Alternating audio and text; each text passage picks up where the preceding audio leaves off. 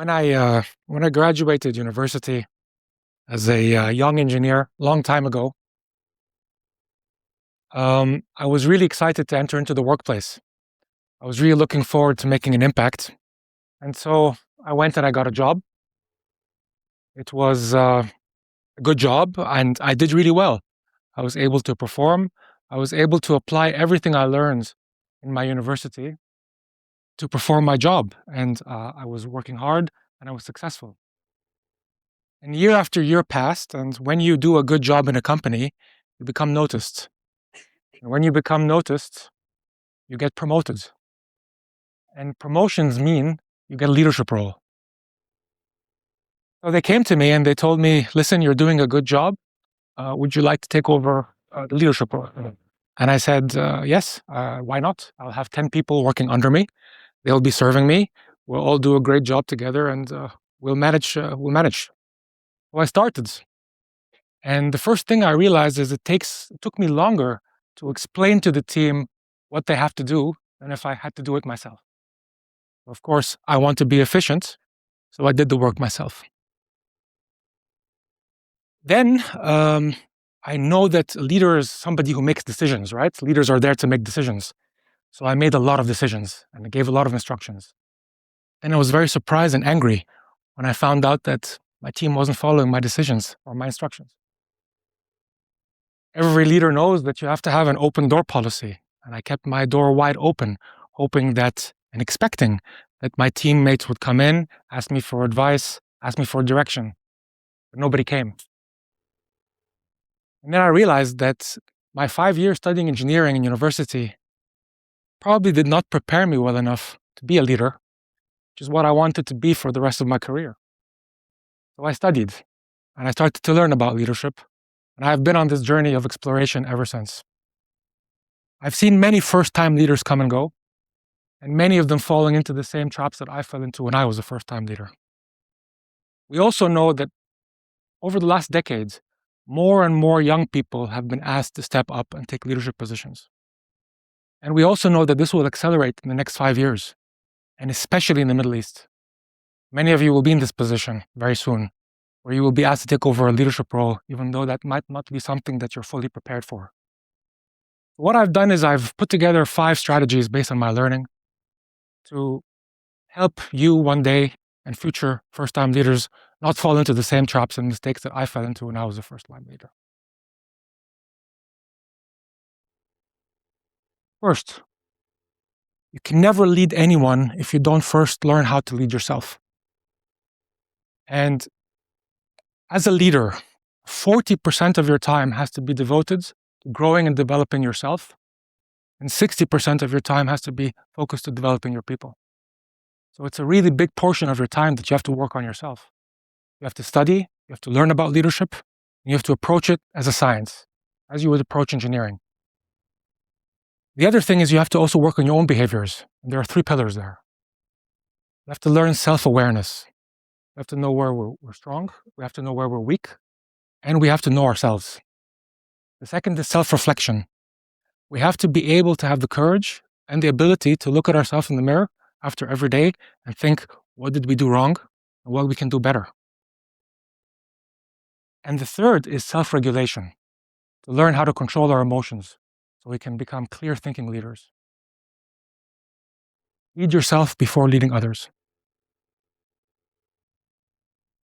Another thing that first-time leaders often forget is they believe that they should do the work. And the reality is, and the strange thing is, once you're a leader, it doesn't matter anymore what you do.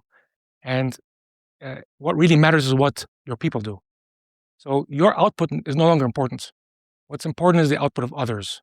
That means that your singular job is to make sure that they're better so that they can produce better outputs. And that is something that often first-time leaders take some time to realize. When you're a young first-time leader, you're the boss. The boss, people have to serve the boss. People have to work for me. But every good leader knows that it's different. It's the opposite. Leaders serve their people and not the other way around.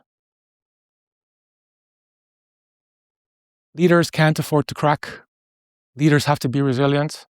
When they make mistakes, they have to learn how to pick themselves up And when others make mistakes, they have to pick them up. Resilience is one of the most important qualities of a leader. And for me, there are many ways to learn to be resilient, but one thing that really resonates with me is a quote. This is a quote by Charles Swindoll, and he says that life is 10% what happens to you and 90% how you react to it. And this is empowering because that means that all the mistakes, all the failures, all the misfortunes, and all the tragedies that happen in our life, it's only 10% of the story. 90% of the story is really how we react to these events that happen to us. And that's a very powerful idea. And our whole life is then defined by this 90%, not by the 10%. This helps me a lot to become more resilient. Finally, good leaders do the right thing. And this sounds very simplistic, right? Of course, we want to do the right thing. But it's not so simple, because doing the right thing is not the same as doing things right. We all learn to do things right. We learn how to solve complex math problems. We learn how to load the dishwasher at home. These are doing things right. But doing the right thing is a bit more complicated. Is it the right thing for me, or is it the right thing for you? Is it the right thing for my company, or is it the right thing for society? Is it the right thing for an individual, or is it the right thing for the group? All of a sudden, doing the right thing is not so clear-cut anymore. One study that I like very much was done by an Italian economic historian. His name was Carlo Cipolla. And as an economic historian, what Cipolla used to do is he used to evaluate economies over time and find trends as to what changes in the economies. And somewhere in the middle of his career, Cipolla decided he wanted to investigate what is the difference between intelligent people and unintelligent people. And he wanted to know if he could find a pattern that would differentiate between these two groups.